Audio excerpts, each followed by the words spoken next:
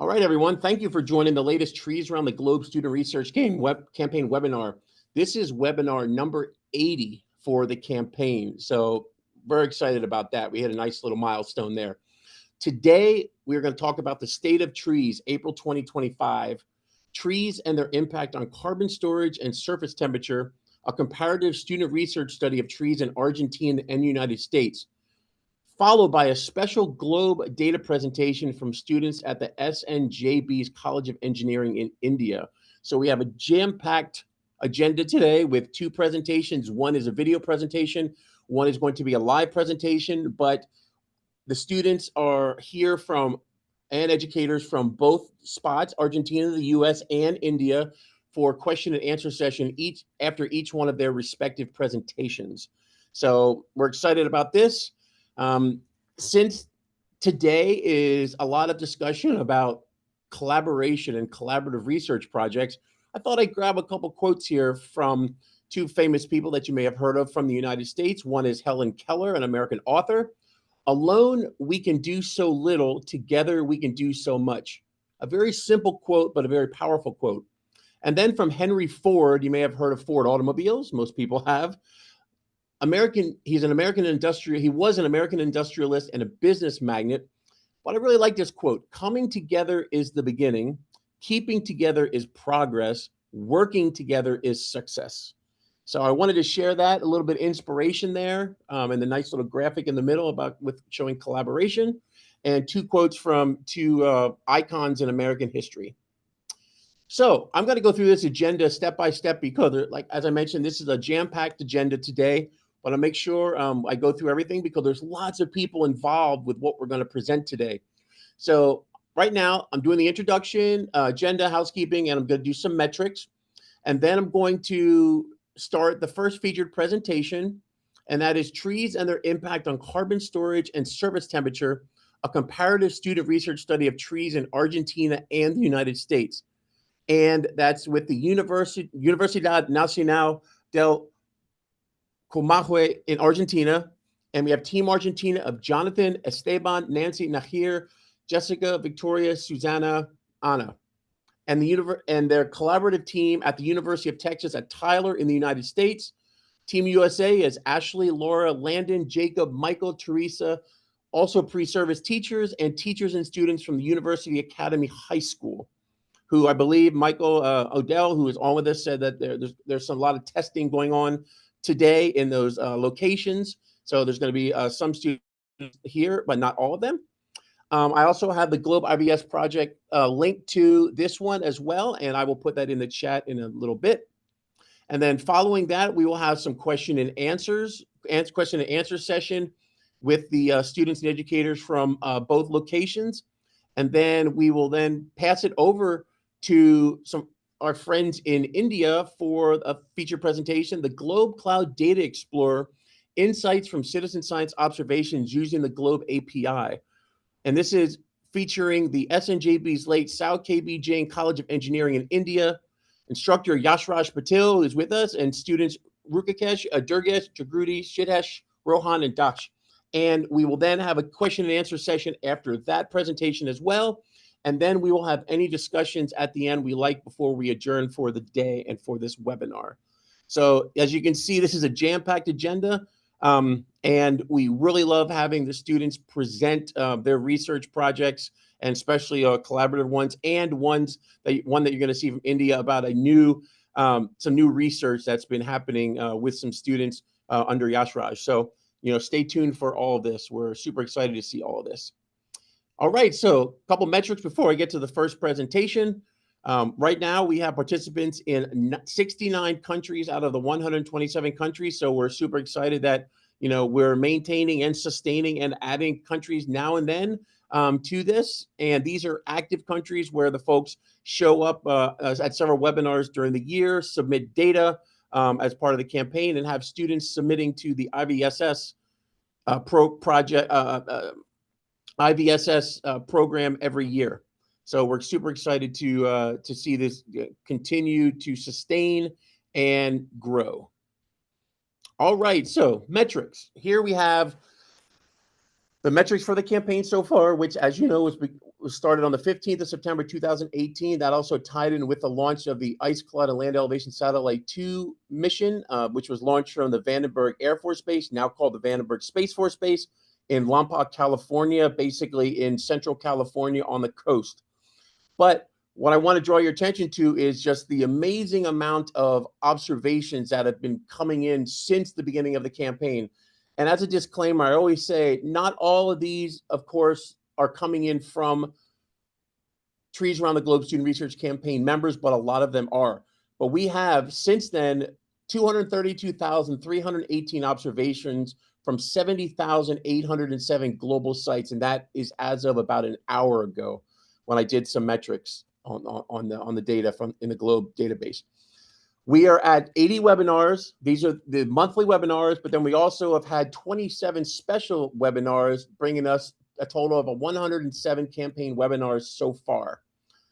And as you may know, that this year 7 of the campaign will run until the end of September, so September 30th, 2025. And as far as past that, we don't know yet. But then we also have 81 blogs, and these are blogs that are part of the campaign, as well as campaign-related blogs that are part of the Globe Observer program of the Globe program. So we have lots of views, over 340,000 views in these 81 blogs. So very exciting. So I like to show this too. This is the breakdown of data from year 1 through currently year 7. As you can see, for the most part, we had an increase in the measurements, other than we had a slight decrease from year 5 to year 6. Year 5, we had that big jump because we had several quests and challenges. We had a challenge. We had that 3-month challenge for the moon trees that ran from July of 2023 through September of 2023. So that's why we had a big jump in those numbers for that, as you can see at the 42,000. But right now we're in year 7, and we have almost 24,000 measurements from tree height, land cover, and greenings, green up and green down, from just over 6,000 global sites. So those numbers keep on jumping up all the time. Now, of course, we can't keep up with the Globe Cloud folks, because they get basically thousands of observations every week. So because that is one of a lot of people's favorite Globe Observer protocol to do, and it was also the first one to be released on Earth Day in 2016. The trees one wasn't launched until March 26th of 2019, and land cover was in 2018. So, but we have some great numbers here as well. So, with that said, I'm going to start off with the featured presentation number 1. And a reminder, this is between the Universidad Nacional del Comahue and University of Texas at Tyler. And this is Trees and Their Impact on Carbon Storage and Surface Temperature, a comparative student research study of trees in Argentina and the United States. And you can see here on this little graphic on the right where these the Universidad Nacional de Comahue and the University of Texas at Tyler are located. And Ana Prieto, who is on with her students, with the students that are part of this, and also Michael Odell and some students from the United States in the Republic of Texas, as Michael put in the chat. This is going to be this is about a 19-minute video presentation, and it is in Spanish, but those of you who don't speak Spanish, there are English subtitles on the bottom for you. So I'm going to start this video, and Peter Falcon, if anything happens like during the video that you see, can you just shoot me a text on my cell phone to let me know if there's anything that's not coming through? Of course, yeah. Okay, very good. All right, I'm going to go ahead and start this, everyone, and then after we're done with this, Peter Falcon will lead the question and answer session with the students, and then I will actually stop sharing this and then come back to the main room. So here we go with the first presentation, Trees and Their Impact on Carbon Storage and Surface Temperature, a Comparative Study.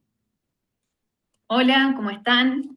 En esta presentación queremos compartir con ustedes los principales hallazgos de nuestro trabajo de investigación, titulado Los árboles y su impacto en el almacenamiento de carbono y la temperatura superficial, un estudio comparativo.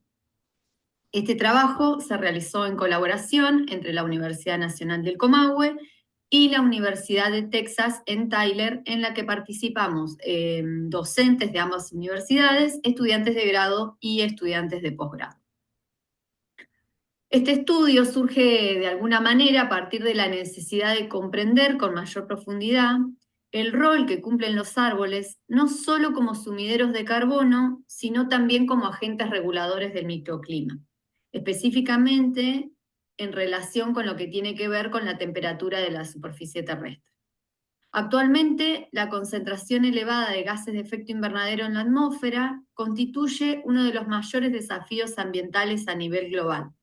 Las áreas urbanas, que se caracterizan por una elevada densidad poblacional y una intensa actividad industrial, se convierten en focos importantes de emisiones de carbono. Esta realidad refuerza la urgencia de implementar estrategias efectivas tanto de mitigación como de adaptación al cambio climático. En este sentido, los bosques urbanos adquieren un papel fundamental. Su capacidad para almacenar y secuestrar carbono contribuye a reducir la concentración de gases de efecto invernadero, al mismo tiempo que mejora la calidad ambiental. Esta función ecosistémica convierte a los árboles urbanos en aliados estratégicos frente al cambio climático que estamos viviendo.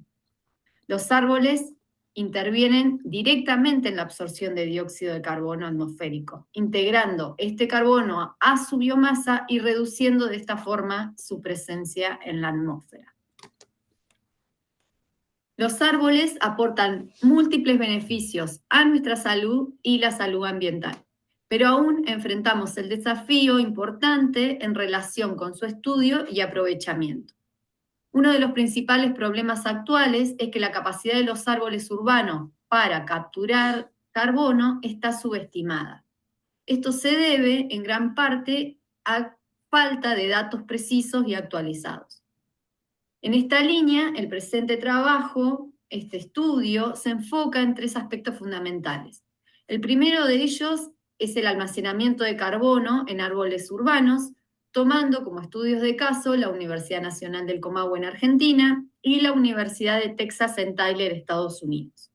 El segundo, el análisis del impacto del dosel arbóreo sobre la temperatura superficial, ya que consideramos puede ser clave para una planificación urbana más eficiente y sustentable. Y tercero, la comparación entre datos recolectados en terreno y datos satelitales con el fin de mejorar las estimaciones de biomasa en entornos urbanos. A partir de estos fundamentos, nuestro estudio se organiza en torno a 5 preguntas claves. La primera de ellas, ¿cuánto carbono almacenan los árboles urbanos presentes en el campus de la Universidad Nacional del Comahue y de la Universidad de Texas en Tyler? Segundo, ¿cuáles son las diferencias en el stock de carbono por metro cuadrado y en la biomasa arbórea entre ambos campus? La tercera, ¿existen diferencias en altura y almacenamiento de carbono entre árboles de un bosque nativo de araucarias, un bosque implantado en zona urbana, un parque y el campus universitario? Cuarto, ¿de qué manera contribuyen los árboles a la moderación de la temperatura superficial y qué papel juega la nubosidad en este proceso? Y finalmente, ver si existen diferencias significativas entre las mediciones de altura de los árboles tomadas en terreno y aquellas que se obtienen mediante sensores satelitales.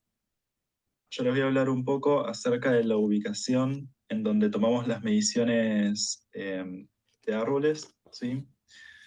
Por un lado tenemos las mediciones que tomamos en Neuquén, en la provincia de Neuquén, que es una provincia al norte de la Patagonia Argentina, en donde tomamos mediciones por un lado en el campus de la Universidad Nacional del Comahue. Acá vemos todas las mediciones que hemos tomado, fueron muchas mediciones de todos los árboles del campus universitario. Por otro lado, tenemos mediciones realizadas en una ciudad a pocos kilómetros de la capital de la provincia, que es la ciudad de Plotier. ¿Sí? Tenemos una plaza y por el otro lado un pequeño bosque ubicado al sur de la plaza. ¿Sí? Y por otro lado también tomamos mediciones en en el bosque de Araucarias, que está ubicado en Junín de los Andes, ¿sí? Dentro del Parque Nacional Lanín. Entonces, en la provincia de Neuquén tenemos estos 3 sitios de medición: el campus de la universidad, la ciudad de Plotier y el Parque Nacional Lanín, ¿sí? Luego, en la Universidad de Texas en Tyler también tomaron mediciones de su campus universitario, y estas son las mediciones que han registrado en su campus. Nosotros aplicamos los protocolos del GLOBE para biometría, ¿sí? Es decir, la altura de árboles y la circunferencia. También aplicamos el protocolo de Land Cover. Acá utilizamos la clasificación del sistema MOOC, ¿sí? Y por otro lado, tomamos mediciones atmosféricas. En particular, nos centramos mucho en las mediciones de nubes, ¿sí? Tenemos datos de nubes. También muy importante el monitoreo de la temperatura de superficie en los alrededores de la Facultad de Ingeniería, que está ubicada dentro del campus universitario, ¿sí? Tomamos mediciones de temperatura en diferentes estaciones del año, y también comparamos estas mediciones en días soleados y en días nublados, para calcular la biomasa almacenada y el carbón almacenado. Tenemos acá las ecuaciones que utilizamos de este autor, de Jenkins. Este autor nos proporcionó a nosotros nuestras ecuaciones para poder hacer cálculos de la biomasa y del carbón almacenado en función del tipo de árbol que estuviéramos analizando. Por otro lado, para dar un poco de contexto acerca de la región en la que nos encontramos aquí en Argentina, particularmente en la ciudad de Neuquén y alrededores, vemos acá cambios en la cobertura arbórea de nuestra región, que es la región de la confluencia, entre 2017 y 2023, ¿sí? La ciudad de Neuquén es una ciudad que está creciendo mucho y muy rápidamente, y eso se ve reflejado en la cobertura arbórea de esta región, ¿sí? Principalmente también en la zona de la ciudad de Plotier, que es una ciudad que está, como dije al principio, a pocos kilómetros de la capital, que se está expandiendo también muy rápidamente, donde vemos que la cobertura arbórea ha disminuido si nos fijamos en la región oeste de la ciudad, ¿sí? Entre 2017 y 2023. Lo mismo en la zona costera de la ciudad de Neuquén, donde se puede ver una disminución importante, ¿sí? Esta disminución es aún más notoria si nosotros comparamos con años anteriores a 2017. Se puede ver muy marcado cómo la expansión de la ciudad ha ido provocando la disminución en la cobertura terrestre de esta región. Y estos son los cambios por el lado de la ciudad de Tyler en el estado de Texas, Estados Unidos. Para la comparación de altura de árboles in situ y de registros satelitales, se procedió en primer lugar a compararlo con los registros del ICESat-2. Mediante la aplicación Open Altimetry, se buscaron órbitas circundantes al predio de la Universidad Nacional del Comahue, hasta que se encontró un árbol que podíamos registrar en los datos medidos con la aplicación de GLOBE. Esto dio como resultado una altura de 8.12 metros con el ICESat-2 y una altura de 7.3 más menos 0.6 metros registrada con la aplicación de GLOBE.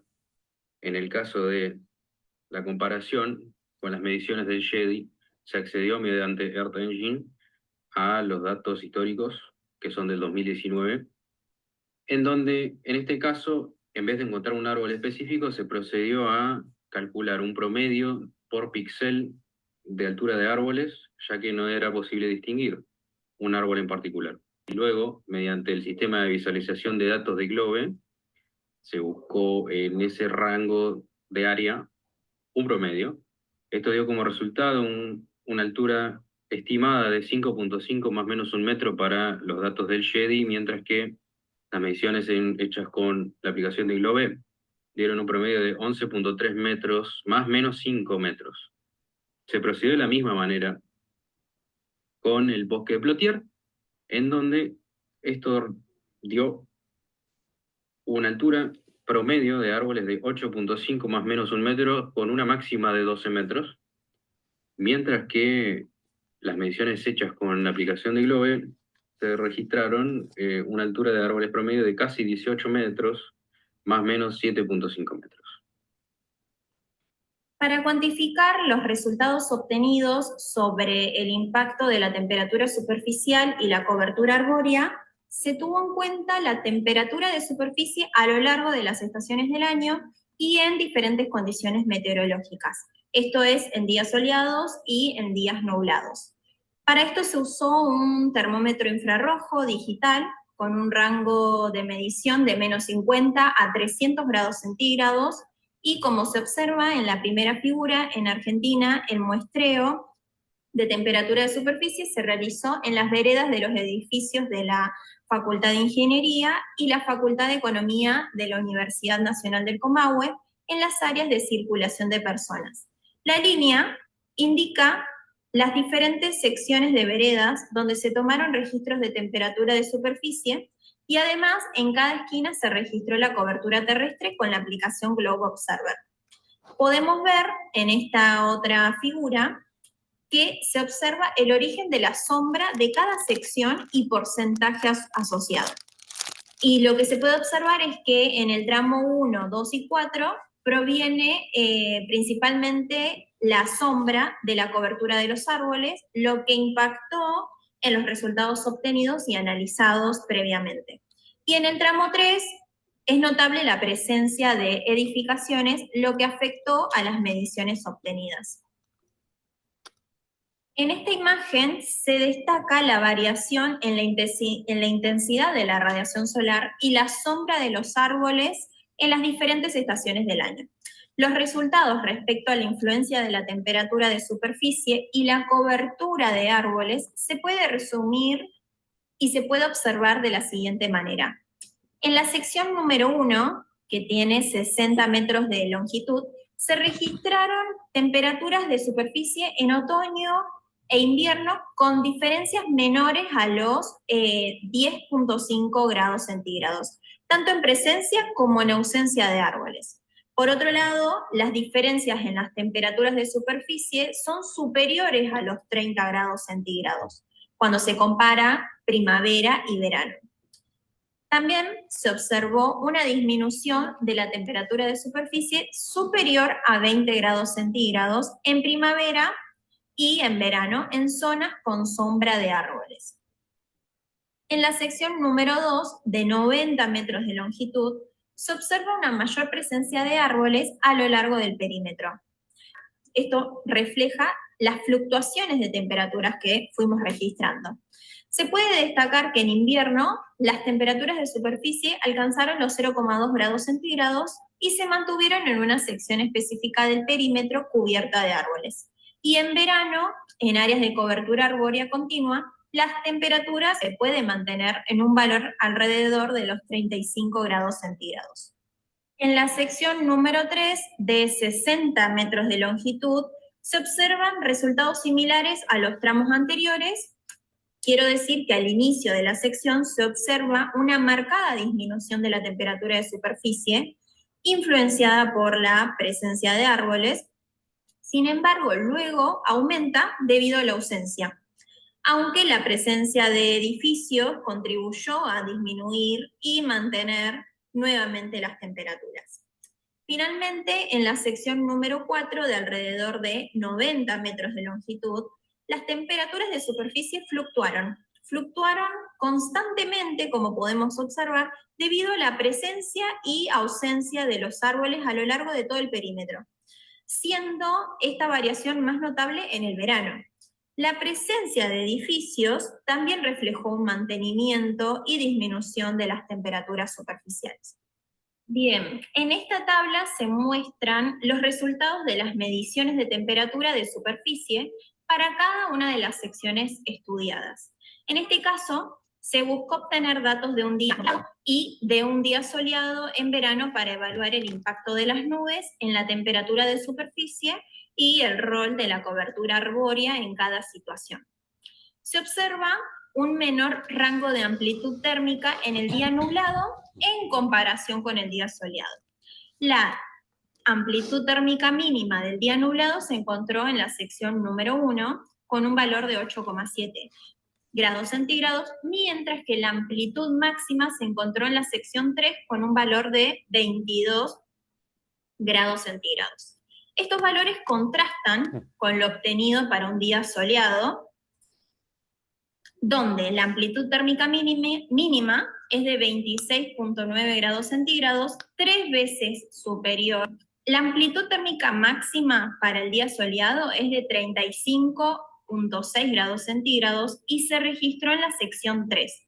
Comparando ambos días, se puede apreciar la importancia de la cobertura arbórea, principalmente en los días soleados, donde las temperaturas pueden alcanzar valores de hasta 66,6 grados centígrados en aquellas zonas donde que se encuentran directamente expuestas al sol, mientras que la presencia de árboles puede disminuir considerablemente las temperaturas en la superficie a 26,9 grados centígrados. Bien, analizando entonces los valores obtenidos, podemos observar que no hay grandes diferencias entre las alturas y los diámetros de las diferentes regiones que medimos. Se destacan, por ejemplo, los árboles más añosos, en este caso el bosque de araucarias, donde vamos a encontrar árboles más altos y de mayor diámetro, seguido por el parque de Plotier, donde había más árboles tipo eucaliptos, que son árboles más robustos, altos, de mayor diámetro en ese caso. Sin embargo, en este sentido se observa la relevancia de los bosques urbanos, que vemos acá, por ejemplo, en la Universidad del Comahue, donde vemos que la biomasa total es similar en el bosque de Plotier respecto al bosque urbano, pero por supuesto, en este caso está repartido en un área mucho mayor, en el caso del bosque urbano, respecto al bosque de Plotier, ¿sí? Tendencias similares vamos a encontrar también en la Universidad de Texas, obviamente con las particularidades que aportan cada una de las regiones con su clima y sus especies, ¿no? Van a dar resultados diferentes en ese sentido. Lo que podemos concluir entonces es que las situaciones pueden ser diferentes estrategias para mitigar el impacto ambiental de la urbanización, es decir, que uno podría pensar en las posibilidades de tener bosques implantados cercanos a las ciudades con una gran densidad, bosques pequeños pero con una mayor densidad, o parques urbanos, como puede ser este parque de Plotier, donde uno puede incorporar árboles más robustos con un mayor almacenamiento de carbono, y también la relevancia de los bosques urbanos, donde va a haber una menor densidad arbórea, con árboles generalmente más pequeños, pero de biomasa considerable. Y por supuesto, la relevancia ecológica de preservar las áreas naturales, como es el bosque de araucarias, que a su vez no solo se conserva un área nativa, sino que también sigue aportando con una gran cantidad de biomasa, debido a que se tratan de árboles mucho más añosos. El impacto de la temperatura superficial destaca aún más la relevancia de los bosques urbanos, no solo como almacenadores de carbono, sino también como reguladores de la temperatura, mitigando en este caso el efecto de las ciudades como islas de calor, por supuesto.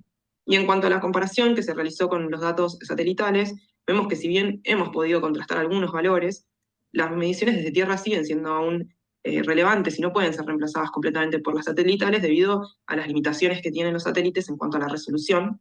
Y esto vuelve a destacar la relevancia de este tipo de acciones como las promovidas por el GLOBE, ¿no? De hacer mediciones para comparar desde la Tierra. Finalmente, encontramos algunas diferencias entre los datos que se midieron en la Universidad del Comahue y en la Universidad de Tyler en Estados Unidos, pero que realmente son propias a la discrepancia, a la inhomogeneidad de condiciones generales en las que se realizaron las diferentes mediciones. Bueno, y en general las conclusiones son más o menos las que estuvimos discutiendo hasta recién. Se puede destacar que en zonas áridas como la región de Neuquén, el efecto de los árboles todavía destaca aún más para regular las temperaturas. Los árboles implantados también tienen una gran relevancia porque logran capturar mucho más carbono y mejorar la regulación climática. Y por supuesto que trabajar en contrastación con los satélites mejora la estimación de valores de carbono y obviamente con las limitaciones que discutimos recién. Bueno, esto más o menos es nuestro trabajo. Agradecemos mucho su atención. Y bueno, cualquier consulta, acá están nuestros contactos, donde pueden volver a escribirnos y consultar por nuestro trabajo. Muchas gracias.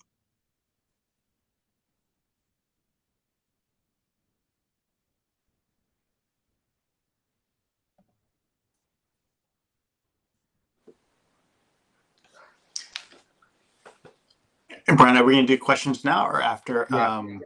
Yep, we'll do questions now for this group. Oh. Perfect. Okay. Yep. After or before, Mike. Anna, amazing work. We're all pleasantly surprised at the amount of trees you guys measured. That is quite a lot of trees. I don't think I've ever seen so many trees measured in one project without using some type of machine learning, something. We have high school students. Yes, Yeah. that is amazing.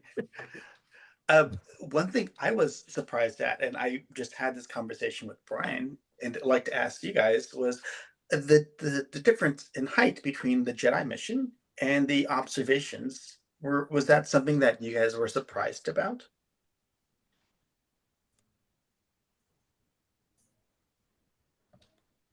I think Anna's muted. Maybe she's not listening or pay attention. Anna. Yes. A question for your students. Pregunta para tus estudiantes. Sí. The difference in tree height between the Jedi mission and the student observations, was that something that was expected or not expected?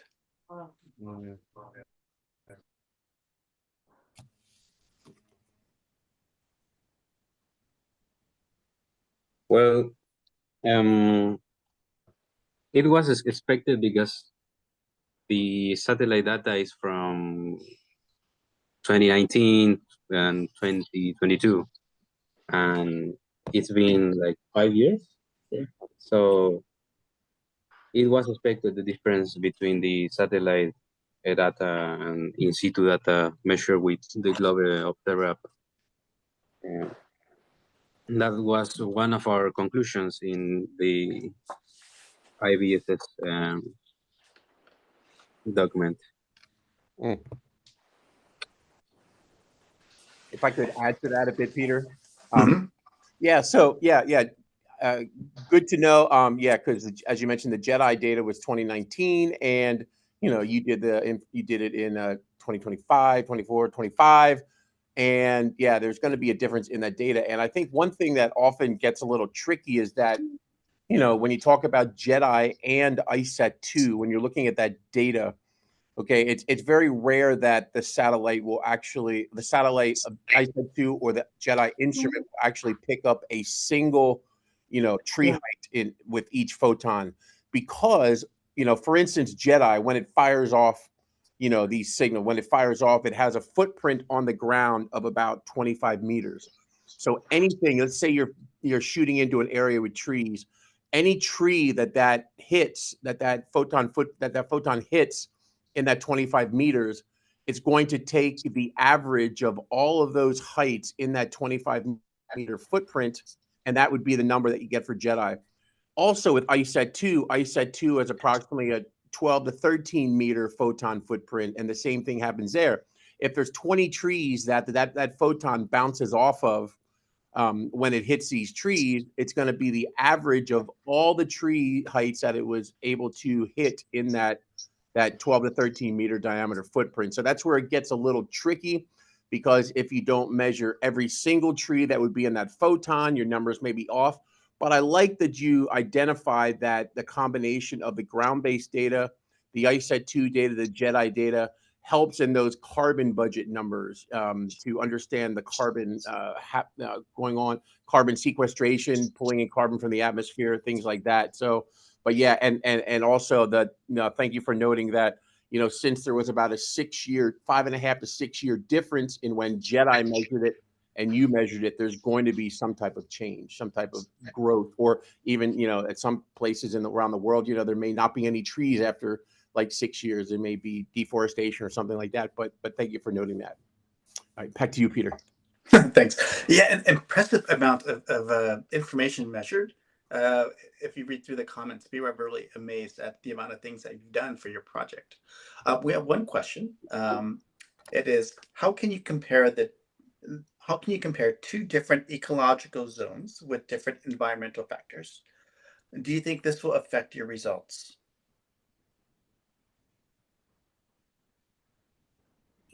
Sure.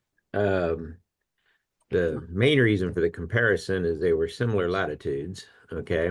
But not the real reason was we had a grant that we were to do a student exchange program where we did a project on each other's campus. And so it was artificial in that sense, if that makes sense.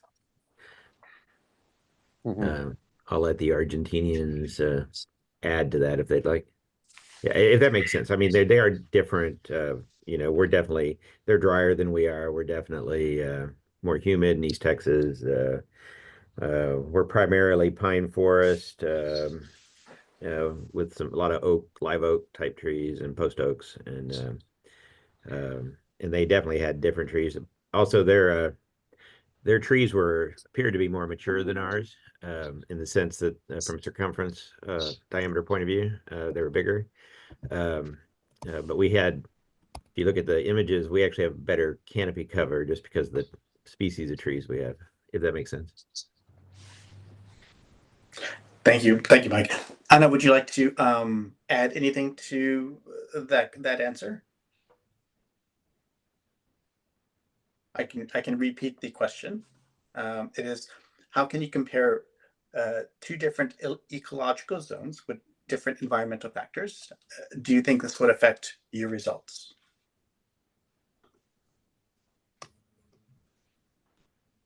And you're muted, by the way.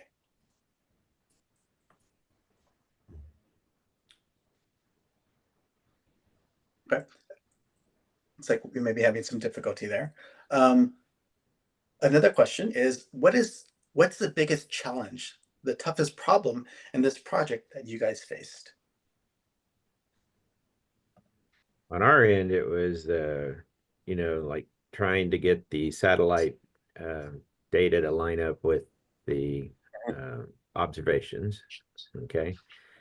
And Anna doesn't know this yet, but we found an old data set in the biology department of all these trees from 5 years ago that were done by the biology department. So we're trying to make that all match up, but getting it all to line up and match was a big problem for us.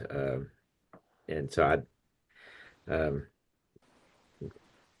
I'll leave it at that. The most, and then getting outside all the time when you're dealing with schools and universities.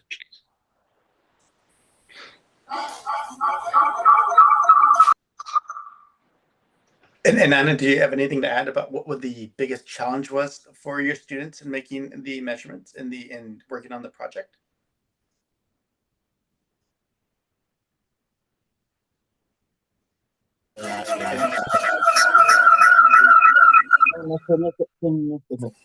We can say maybe that it was difficult to find an exact tree because between the almost 1,200 trees, we found only 2, but only one of those we could find in the campus to compare.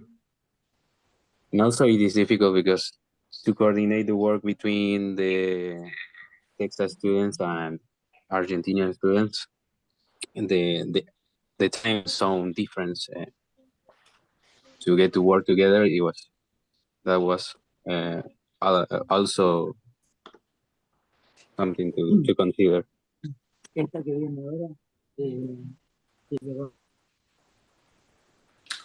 Thank you, Esteban. And another question from Lewis. He said this type of work, the conclusions of this work, will they be disseminated to, like government officials, city halls, or other kind of decision makers to help in the environmental decisions? I would say on our part, we're a little cautious about, at this particular moment in American history, to disseminate any environmental information to anybody. Don't want to be a target. So, but the high school students will be presenting their part of this program at the the SRS Globe Student Research Symposium next week, I think it is. And in fact, some of the high school students are listening in. And then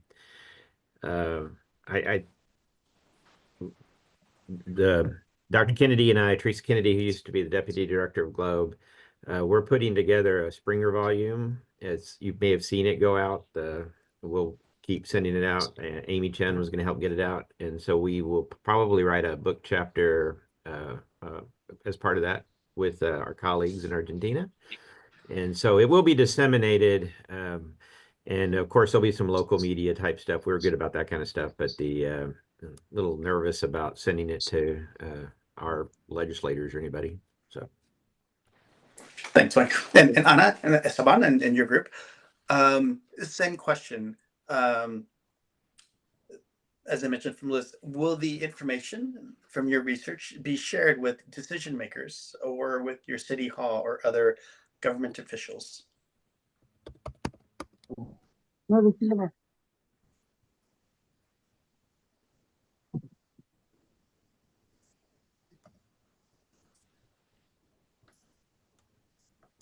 And of course, we understand. Anna mentioned that the internet is a little not that great right now where she's at, so that's why we're experiencing some problems. But if asked once again the question, will the information from your research be shared with any government officials or any decision makers in Argentina?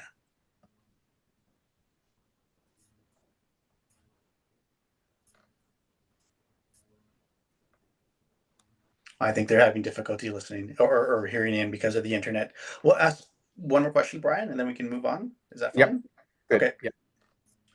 Let me read through the chat here. What's going on here? There's quite a few, so if I don't get to it, please address them in the chat box as you look through. What kind of support did you get? Yes, we can hear you, Esteban.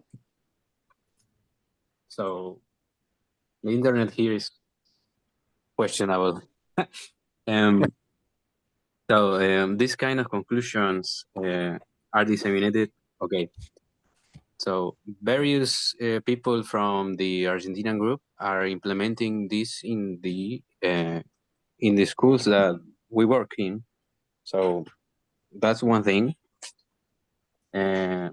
Otherwise, we are continuing with the workshops, hopefully, and to use these conclusions as an example of how to implement an investigation using Glow Observer app and the Glow program protocols. Also, what kind of support did you get for this kind of project? We got financial support from the grant of the exchange program. I think it was 5 stream in the America. Yeah. Other is put in the chat. Yeah, we had 100K strong program. We received $50,000. But now that was for the payment of the flight tickets, the everything, and so. Thank you, guys. You guys did amazing work. We love to see collaborations like this. That is one of the great things about this program. And it's amazing to see how far-reaching your research goes, I should say, because Luis asked a question in the chat about Portugal, which I would encourage you to read and see if you can answer, because your research has him asking questions about his area in Portugal, about trees in that area. So when you have a chance, if you can read through the chat and answer his questions, because it seems like not only is your partnership influencing US and Argentina, but as I mentioned, it has far-reaching scope because people all over the world, including Portugal, are curious about your research. So once again, congratulations, great job. And it's honestly quite amazing to see so many trees measured. I'm still blown away by that amount of trees. I'll turn it back over to you, Brian. All right. And I did see in the chat, Peter, that a couple of folks, Chong with the high school, said that, the University of Texas, Tyler, Texas students met in person, and then they went over from the, I believe, the high school multiple times to work with them. And then Michael also mentioned that the high school students have been continuing the research and will continue to map out the campus. So yeah, very cool. So yeah, as I echo what Peter said, what a great project it is. So detailed. The amount of trees is utterly mind blowing. But yeah, how in depth everything was fantastic. So thank you all so much. And with that said, I'm going to jump over to my slides real fast. Hola, ¿cómo están? My fault. Hola. Nope. All right, let me hit share here again. All right.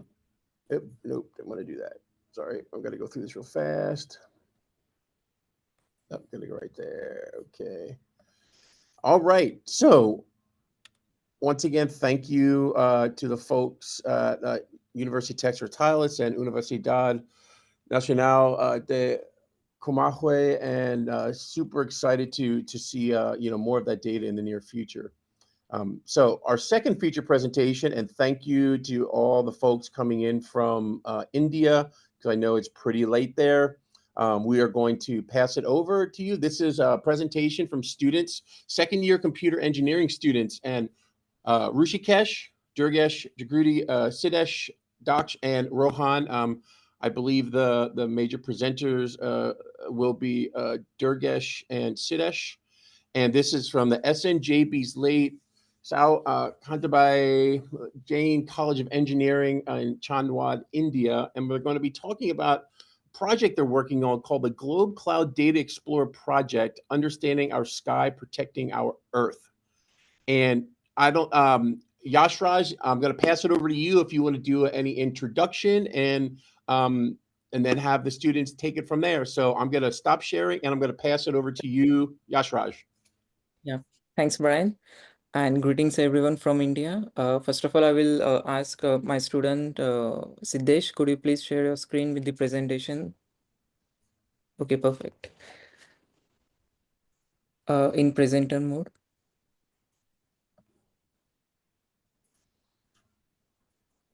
Okay. So greetings everyone. I'm Professor Yashraj Patil and also an active Globe International STEM Network member, that's the GISN member, and a proud Globe alumni.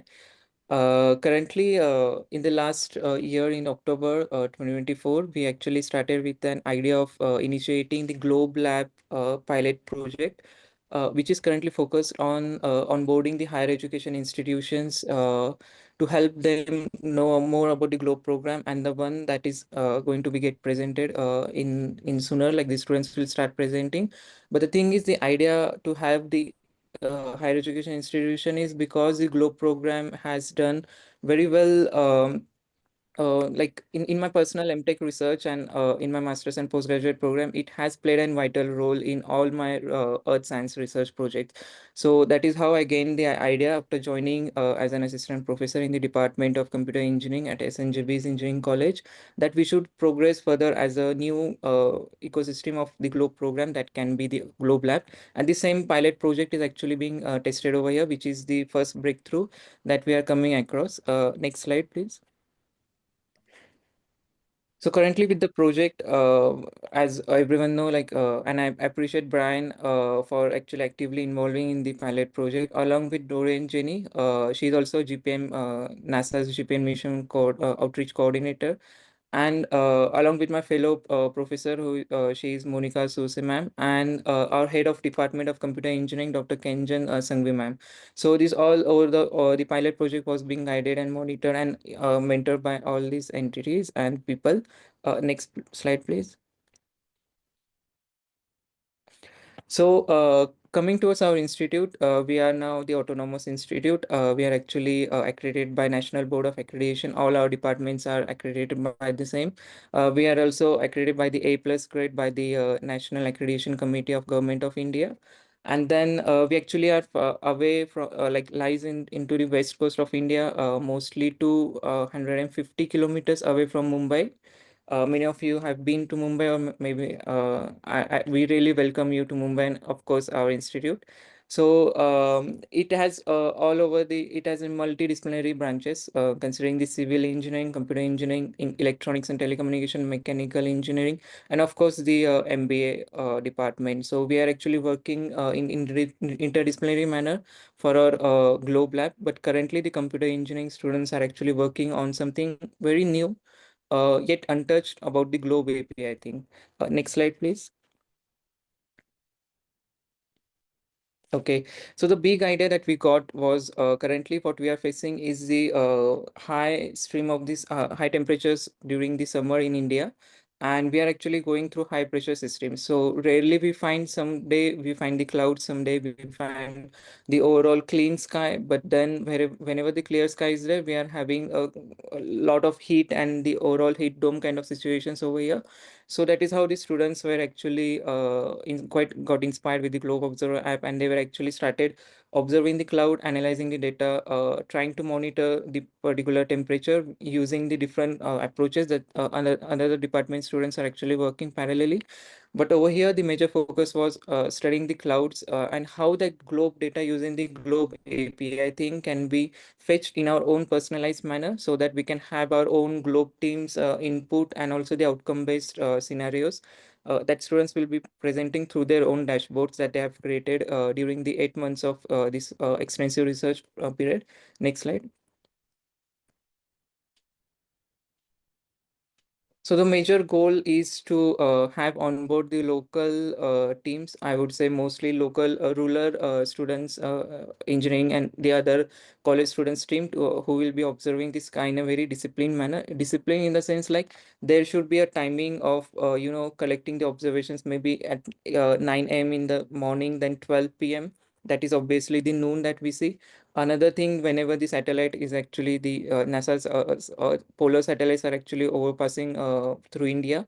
So through that notification, in the discipline manner, they will be collecting the overall measurements throughout the day, and then we will be having somewhat like 4 to 5 observations per day. So that would be like 60 to overall 150 observations, 150 observations throughout the overall month if we calculate it for 30 days, and then we are multiplying it throughout for 1 year, and that is how we will be getting the overall stack of the data set for the local observations, and that is how the predictive analytics can come into the scenario. And of course, we are actually celebrating our 30th year of Globe program, and I wish everyone a very happy Globe birthday. And one of my student is actually uh, has drawn some like hand sketch coloring and the Globe poster. Maybe I will ask Siddesh to please present over the poster. In a very short notice, she was actually doing the same thing in a parallel manner. So I actually congratulate Jagruti for this sweet gesture of celebrating 30 years of Globe program. And yeah, Jagruti, you can just turn on your camera and you can show the poster also before we start with the presentation. Okay. Yeah, thank you. Back to the slide itself, Siddesh. So this was a small gesture of the particular celebrations, and of course for any climate change scenario we need the 30 years minimum of 30 years of data. And that is how I was actually quite impressed that how using the Globe API maybe we can actually fetch the overall data set, not 30 exactly, but then 28 years, 29 years, 26 years, 25 years, and then have the machine learning thing come into the scenario. So this is how we are actually progressing further. Next slide.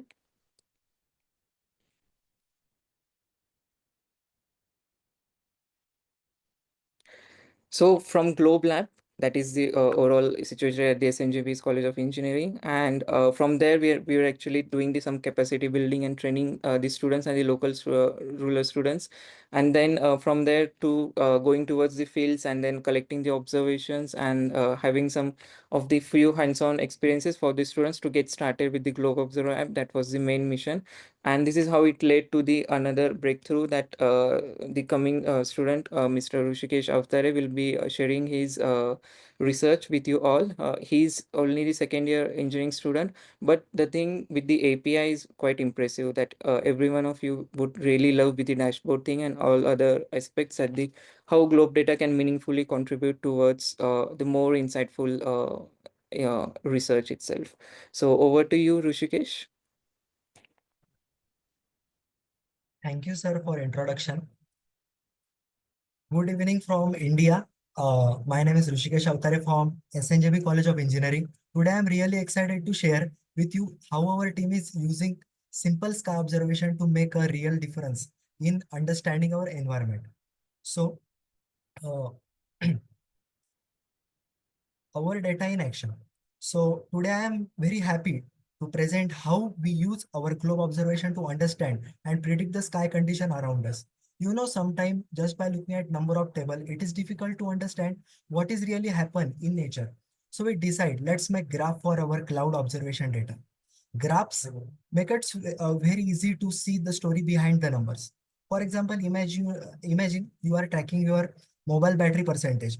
Just seeing the number like 85%, 72%, 58% on other after might confuse you. But if you plot it on graph, you can easily see when battery drop fast, when it remains stable. Same way, our graph show how the sky is changing over time. This helps us to talk confidentially about real environmental changes and not just reading data blindly. So moving to our next slide, geographical distribution of observation. So now moving to the next part, here you can see the map of geographical distribution of our observation. This map shows where our team members are individually. Citizen scientists are recording sky data. If you notice carefully, you can see the many points are around our college area, SNJB College of Engineering. Because we are all actively observing for different parts of our campus and nearby areas. So moving to our next slide, observation and distribution over time. Next, we come to a scattered point showing observation distribution over time. This graph tells us to how many observations we made on which date. So here the dots represent each observation event. So suppose we are preparing for exam and you note down how many mock tests you are given each week. Some week you study more, some week you study less. Looking at the graph of testing over time helps you to see your preparation pattern. Similarly, in our graph, we can see when observation actively was high, maybe during some special events or clear weather days. And we can also see if there were any gaps, maybe due to cloud weather or exam stress. These graphs motivate us to keep making regular observation in future. So moving to our next slide, sky clarity distribution. Now, this is one of my favorite graph, sky clarity distribution. It shows how often we see clear sky, somewhat hazy sky, very hazy sky, or extremely hazy sky. It is very interesting. Sometimes we think, sky is always clear here. But when we actually collect data and graph it, the story is different. So it's like when we feel hardly spend time on Instagram, but when you check the app screen time, shock, 3 hours daily. Same way, realize how haziness is actually in our environment. This gives us scientific basis to talk about air quality and atmospheric changes in our region. So moving to our next slide, sky condition and prediction. So now comes to very exciting parts. So we try to predict analysis based on our cloud data. This graph show our sky condition prediction versus actual sky conditions. We train a basic model using past sky clarity observation. Then we predict what the sky would look like in upcoming days. Later, we compare our prediction with real sky condition. Of course, this is just a test and first step, but still getting even partially correct result, it was very encouraging for us. So, in future, with more data and better algorithm, our prediction accuracy can make better decisions in future. This give practical values for our observation, not just understanding past, but also trying to forecast the future. So moving to our next slide, Globe Cloud Data Explorer project. Finally, to make the whole process easier and more impactful, we are developing a Globe Cloud Data Explorer tool. This tool will allow user to retrieve cloud observation data easily from globe IDs, use virtual tools like graphs and heat maps for study, identify patterns in sky clarity and cloud types, understand shift in cloud and cover over times, do in-depth analysis using Python modeling. So our aim is to make cloud data more accessible, more visual, and more meaningful for everyone, especially young students who are future citizen scientists. So in conclusion, our journey of our simple sky observation, graphical representation, predictive analysis, and cloud data exploration show the even small step can create big impact when we work semantically. We learn the scene in believing and graph help everyone, not just scientists. We see the sky story. We believe the approach can inspire more schools and colleges to participate actively in globe activities. So, Siddesh, you can open a dashboard.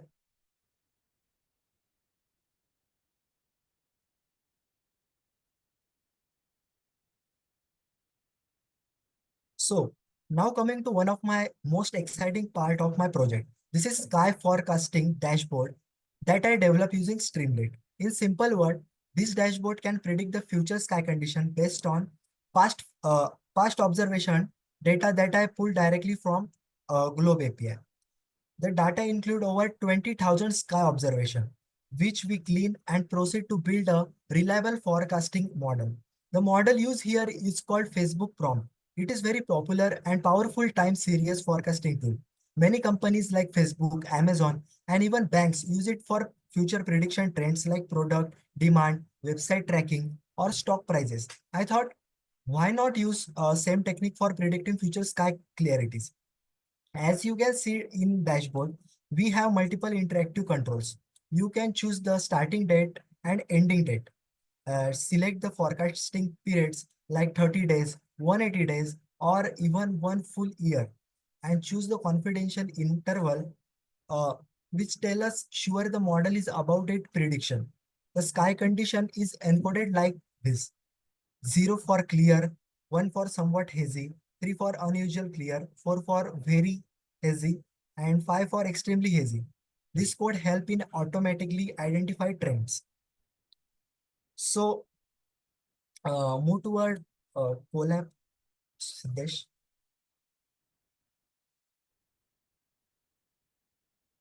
And for predictive model.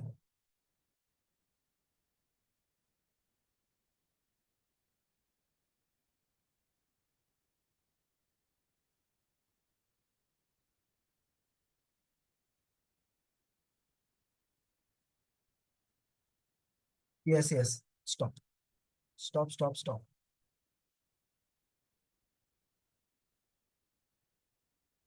So it show forecasting trend line, which include both the predictive value, solid line. Move toward graph, Siddesh. Above, uh, not below.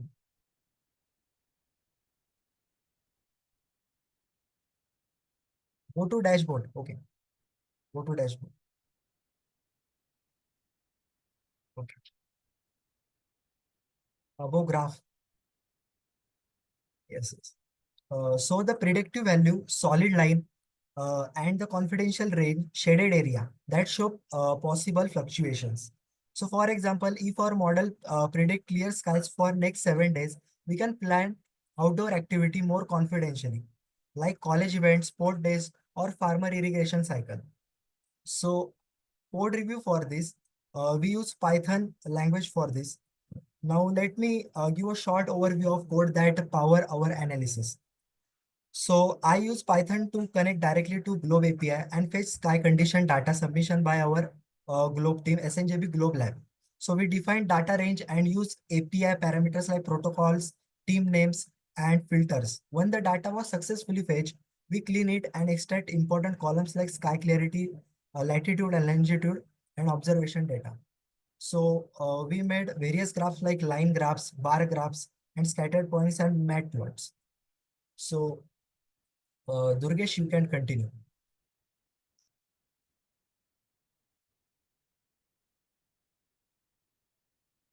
Thank you, Rushkesh. Good evening from India. To all respected NASA scientists and mentors, I am truly honored to present our Globe Student Observation Dashboard today. Let me share my screen video first.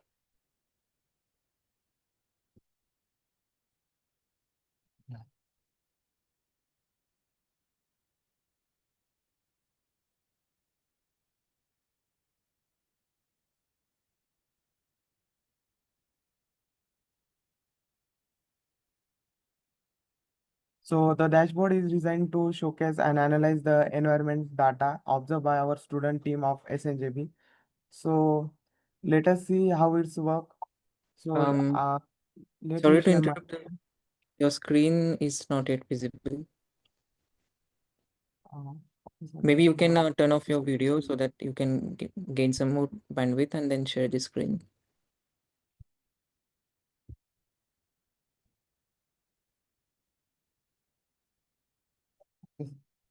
let me share my screen.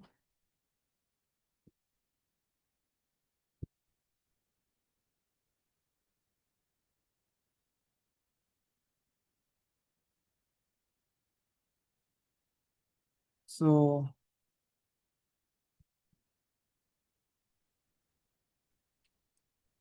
yeah, we could see some blocks of Zoom, I guess. yeah. Okay. Maybe clear now. Yeah, somewhat clear. Now you can go. Okay.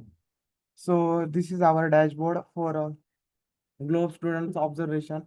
So this is specially made by the second year and the third year students of our SNJB campus, computer students, computer department students.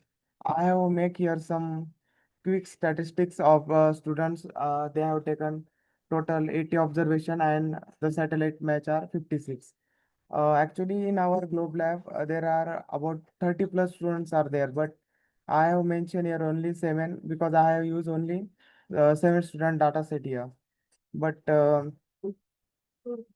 after that, actually we are using the API, Globe API. After when we will update that, it will show here. Our top observer is Suryavanshi Gauri.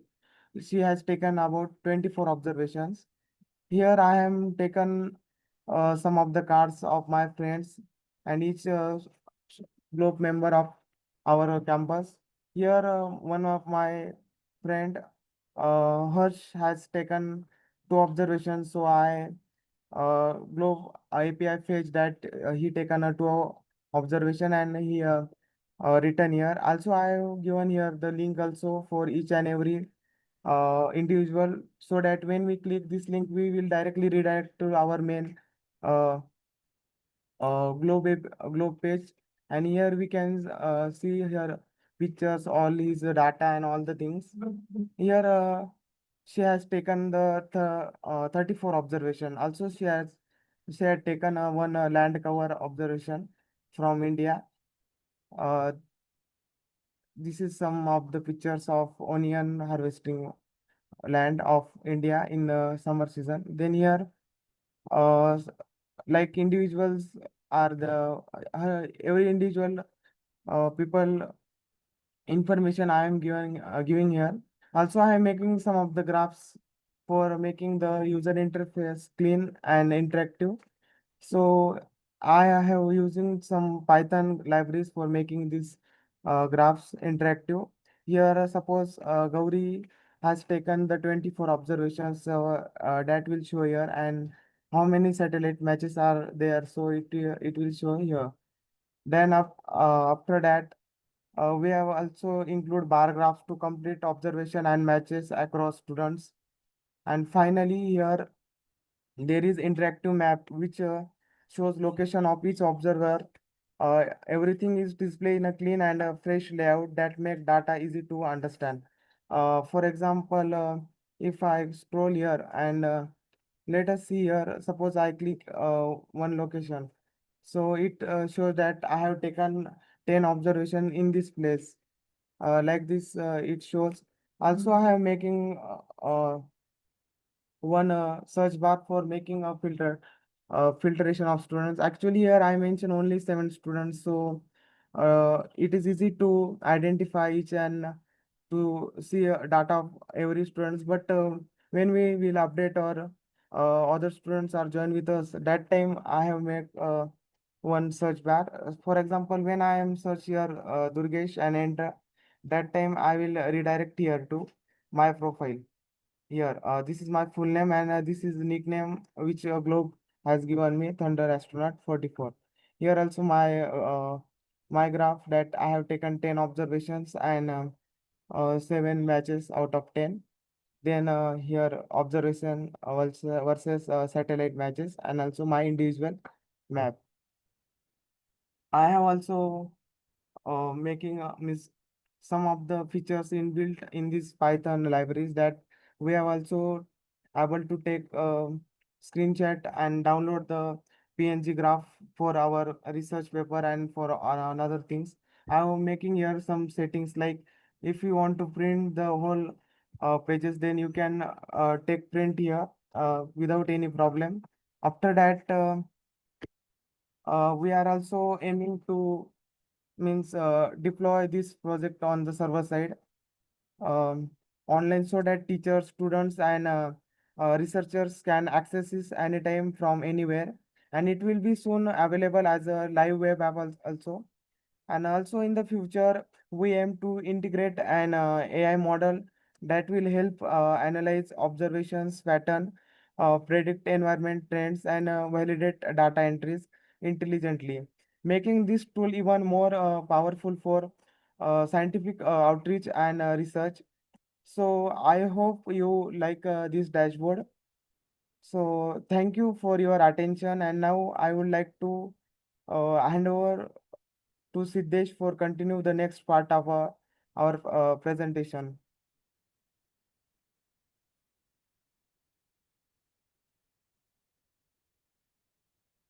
You can stop presenting, Durgesh, so that Siddesh can present.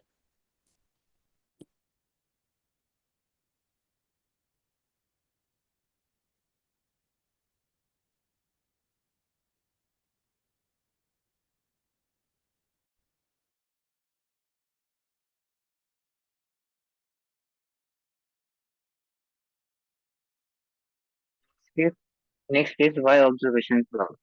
First, weather influence. Understanding cloud behavior helps predict daily weather condition and plan activities. Second, climate impact. Studying cloud helps scientists understand and predict broader climate changes over years and decades. Third, urban heat island effect. Observing cloud cover can help manage urban temperatures and improve city living conditions. For daily weather insights, it provides real-time information useful for quick decisions like whether to carry an umbrella or expect a storm. Uh, Next slide. Uh, this slide explains the Glow Cloud Explorer project, which is a team-based educational initiative to study cloud using citizen scientist methods, data collection. Using the Globe Observer app to record cloud observation, group planning, teams plan where, when, and how to observe cloud collaboration, observation discipline, maintaining consistency and quality in how data is collected, data analytics, using tools to identify patterns and threads in cloud data, engineering techniques, applying engineering concepts to manage and interrupt that data effectively. Local area focus. The assets are tied to observation from the group's own geographical location. Next slide is our innovation group power and discipline. Climate understanding. Understanding long-term patterns that affect the Earth climate. Pattern identification. Spot repeated patterns that help predict future weather or climate behavior. Data analytics. Extract useful information for raw observation to support scientific conclusion. Data collection. Record real-world data that scientists can use for research. Collaborative observation. Increase data accuracy and coverage through teamwork. How we work step by step. We first created small groups of observation, then give globe ideas. Each team is given its unique identifier. This helps to track and organize data submission from different groups. Record observation. Teams collect daily cloud data using the Globe Observer app. This includes taking notes and possible photos of clouds and sky conditions. Use Data Explorer. The collected data is analyzed using tools like Python and geographic maps. This helps visualize threats or identify patterns over time. Review and discuss. Teams come together to review the data weekly. They discuss threats, changes, or insights in their observation. Thank you. Now I hand over to Jagrati for further explanation. Thank you, Siddesh. Now I will explain how our cloud observations help in fighting the urban heat. Urban areas often experience higher temperature than surrounding rural areas. This phenomenon is known as urban heat island effect. When we see fewer clouds in the sky, heat feels more intense. This is because when there are more clouds, they act as natural shield, reflecting the sunlight back into the space, reducing the amount of heat that reach the ground. Our project aims to help the communities by using the cloud data to identify the heat hotspot areas where there are fewer clouds and higher temperatures. Second, the connection between the cloud patterns and heat levels. Third, actions like planting more trees and creating water bodies, installing reflective roofs, which can all help in reducing heat. By linking all cloud data we collect with urban heat island awareness, we are supporting the solution that can make our cities cooler and more livable. Now moving towards our next slide. Next, let's understand why local observations are so important. The satellite data gives us a broad view, the sky right above us that we see every day, tells a more detailed and personal story. When local people makes regular sky observations, they begin to notice important changes such as seasonal changes, like when monsoon clouds arrive earlier or later than expected. Second, pattern of rain and dryness, which are crucial for farming and water management. Third, heat buildup in open areas, which contributes to urban heat island effect. The best part is you don't need a lab or any equipment. All you need is Globe Observer app, your eyes, and daily habit of looking at sky. By doing this, local teams becomes citizen scientists, contributing to valuable data to Globe research and helping their own community to prepare for and adapt to environmental changes. So, next slide. Finally, let's see how one simple observation can create a chain reaction. When one team starts observing clouds, they inspire others. Soon, students are teaching each other. Villages are starting skylogs, and teachers are adding cloud watching activities into their lessons. The Globe Cloud Explorer becomes much more than just a tool. It becomes a part of school and college research projects, environmental NGO activities, and even village campaigns, building the global network of sky guardians who help protect Earth by simply understanding the sky above them together. Observation leads to awareness, awareness leads to action, and action leads to real change. So, next slide. Finally, let's look at how our project connects with the UN Sustainable Development Goals. This slide shows the 4 SDGs that our project directly supports. SDG 11, 13, 15, and 17. SDG 11, we make our cities cooler and greener by using sky observations to guide local actions. SDG 13, our project fights climate change by helping communities understand and respond to heat patterns. SDG 15, we protect trees, water, and land by promoting eco-friendly changes based on observations. SDG 17, we build strong partnership between student, teacher, and community to create a global impact. So next part, Daksh will explain. Thank you, Jagruti. Hello, everyone. I am excited to share a unique opportunity with you all. Local benefits and global impact. Observing cloud is not just about looking the sky. It's a way for looking the community to connect with their environment. When the student and the family take time to watch and the record a cloud pattern, they become a more curious about the world around them. It encourages critical thinking and build important science skills.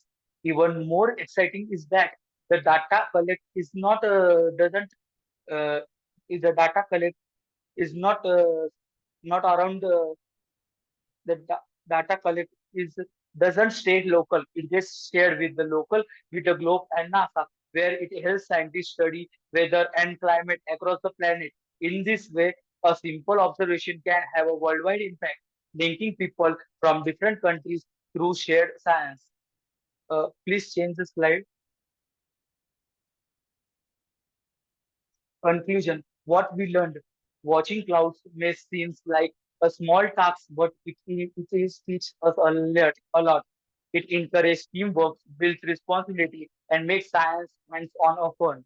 More than that, it shows us that anyone, no matter their age and background, can contribute to the real scientific research by simply looking up and research what we see. We become a part of something much bigger, helping protect the earth and learning how we can take a care it together. Move to the next slide.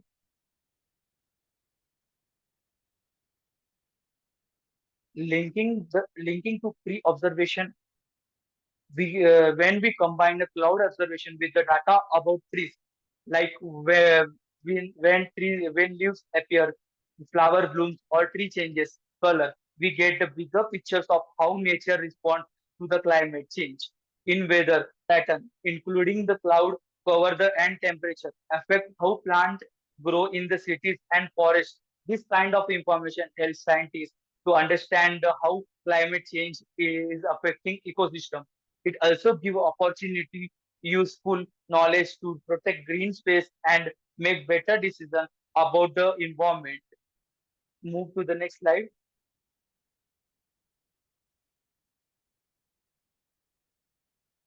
This is the Globe Cloud Explorer project. It invites school, college, university, NGOs, and even individual citizen scientists to come together and observe one of nature's most beautiful element, cloud. By simply looking up the sky, recording our observation, and analyzing patterns, we can help scientists better understand climate change. Yes, you hear that right. Your sky watching effect can make a real difference to your local community and to the world. This is collaborative global effort. The more data we collect, the clear pictures we paint of our changing environment, and it starts with us. So if you are a part of a school or a university or even just someone curious about the clouds, uh, join us about join us. Let's become a cloud explorer together. For any questions or get to involved, feel free to reach out the email shown here. Move to the next slide. This is a photo of our previous activity taken by our college for awareness of our sustainability goals in the NSS camp. We also inspire and encourage the people to become a globe explorer, cloud explorer, researcher, and nowadays we have 30 to 40 students, globe team, and all doing well work with full interest and the dedication. Move to the next slide. Move to the next slide. This is also the photo of our previous activity. We take the this workshop in our college about the sustainability goal. It's become a memorable workshop. By this, we all move one step more closer to our aim. So further, I invite Rishikesh to handle the slide.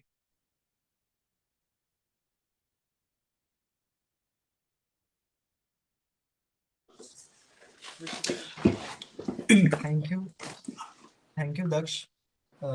So scan this QR code for our poster of our Cloud Explorer project poster. And moving toward next slide. So as we come to our end of our presentation, I want to leave you with this. Our Cloud Explorer project is more than just research.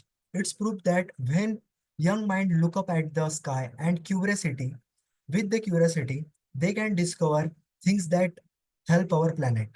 So none of this would be possible without the incredible supports of NASA, Globe team, Globe program educators, Uniter Global Diplomacy Fellows, Honorable Management of SNJB COE, Honorable Director, Joint Director of SNJB COE, our amazing SNJB student observer, our SNJB professor and researchers. So thank you, everyone. Thank you guys.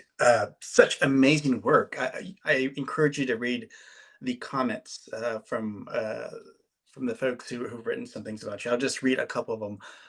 Valerie, who I think just had to leave, wrote, "I love the idea that your work started a trend and that people feel connected to the earth and become inspired to take observations and to do more."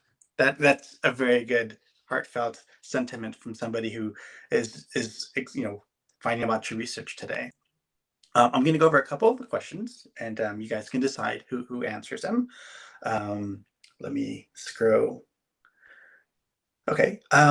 One question is, have you thought about creating how to create a global data explorer tutorial that you can share with the rest of the Globe community? Yes, Peter. So we are actually working on the same thing because through Globe Lab, we are actually preparing the few of the other manuals that can be helpful for the rural community and the college in our district and nearby district and from the states that they are nearby states that they will be visiting for training and the capacity building. So for this particular thing, once the overall predictive analytics, which is actually currently ongoing, and the dashboard is also in the progress. So once it is actually finished, then we will be actually releasing the manuals for that particular thing. Excellent. And we actually welcome, yes, we actually welcome from other institutions and the university and professors who are actually over here to collaborate with the Globe Lab Palette project and also the Globe Explorer project, so that we can like in a collaboration and through science diplomacy, we can do a great change. Yeah. Thank you. Another question is, how hard or easy would it be for others to analyze the data as you discussed earlier today?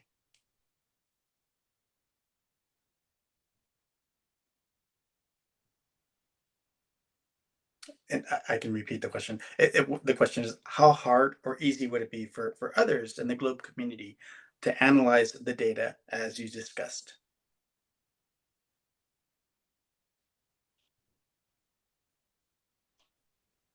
Any one of you, Rushikesh, Durgesh, maybe you can share your insights, like what were the challenges about the data collection and analysis?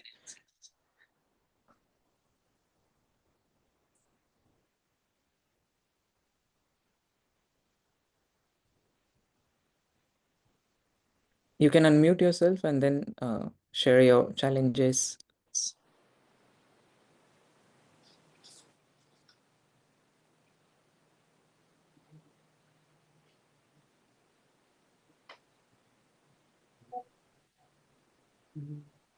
May I audible, sir? Yes, yes. Actually, sir, we are not facing many problems for collecting data. As our mentor, Esraj Patil sir, always guide us to how to take observations, clouds, and all the things. Also, we are continuing acting with the globe observation application. So that's we are making some of the our dashboards as well. We are also uh, in future we are planning about to make and develop AI models through that we can contribute to our globe community as well for our SNJB campus. So I don't think that we are facing a lot of problems there. So some problems I face, limited observation since we rely on student submission and sometimes the number of sky observation was low, especially during exam week, holidays or bad weather. So we had gaps in data which affected the prediction quality. And then inconsistent timing. Some observation were made in morning, some in evening and sky condition can change quickly. So this made it difficult to compare observation unless they can take at the similar time. And missing or incorrect data. A few entities were missing key values like sky clarity or coordinates or had a spelling difference in clarity types. This had been cleaned or removed before analysis. So these are challenges faced. Thank you. Just to show you how popular your work is and how it affects, once again, our globe community, our colleague from Greece, and then he says, feel free to collaborate with our Greece Globe virtual schools. We're celebrating the 5th anniversary. So contributions at the Globe program with daily atmospheric measurements, 200 tree heights, 200 land covers, and more measurements to share. They would like to continue to work with you and do some collaboration or partnership. So I know we put your email in the comments. So maybe there's a connection there to use what you're doing in the country of Greece. Let's see, honestly, a lot of great work, a lot of really nice sentiments about the work that you've created. One question I have, and I think we're gonna have to end it in a few minutes because we're already behind time, is the product you created, how accurate is it? Currently, due to the limitations, the accuracy is about around 50%, what we tested. But yeah, few of the days like yesterday, today, and for tomorrow, we are actually last 2 days we're actually perfectly matched with the cloud intensity. But then I also doubt about the air pressure and all other environmental and climate factors that may actually cause tomorrow's cloud observations may vary because of that particular thing. But 2 days we got a similar match with the predictions level. But then I would say it's up to 50% due to data limitation and the other parameters that we have to infuse with these particular predictions things. Yeah. I'd imagine that's expected with, as you mentioned, the small amount of data that you have. So so the more data you get, the more observations you get, the better the product, the more accurate the product is going to be. Yeah, that's so true. we really need to encourage our colleagues to continue making those observations so you can have more data points to make the product that much better. True. And I think the photo that you showed towards the end with the students, we're all very happy. I think that really is a sentiment of why we do what we do and the importance of what we do. And I think that's really the big impact of the work that you're doing is when I see those kids jumping up, smiling, that's when I realize, like, that's why you do what you do. And I just want to say, great job, congratulations. I see a lot of smiles on your faces, and I saw the same smiles on those young students. And once again, that's why we do what we do. That's why Brian and I work hard to do these types of webinars. And so once again, great job. Your impact is far reached. Thank you so much. You're very welcome. And I encourage you to read through the chats because there's a lot of great things to say, and maybe you want to reply to some folks' comments as well. Yeah. So with that, I'm going to turn it over back to Brian so you can kind of end the webinar for the day. All right. Thank you, Peter. Yeah, and once again, I echo all those words of Peter. What an amazing presentation, in depth, groundbreaking, inspiring. the combination of, even though both the presentations today, the Argentina, USA presentation and the India presentation, the titles were completely different, but you can see how they all fit together in the GLOBE community and understanding, or increasing our better understanding of our planet through data analysis, data observations, and everything else. So, thank you all so much for the presentations today. And the recording will be available probably first thing tomorrow morning. It all depends, as I always say, how fast Zoom gets the recording processed, and then some editing has to happen, and then it's going to be popped up on the campaign webinar page. So stay tuned for an email probably first thing tomorrow morning. Maybe not as early in the morning for you folks in India, because when you get up, I'm still asleep. So yeah. So, but thank you all for joining so late as well, because I know, what time is it there, Yashraj? It's 12 a.m. 12 a.m. It's in the morning. So it's actually in the morning. So it's Wednesday there in India. But still, it's currently midnight. Yeah. Thank you all so much for the amazing presentations. And I'm going to end the recording now.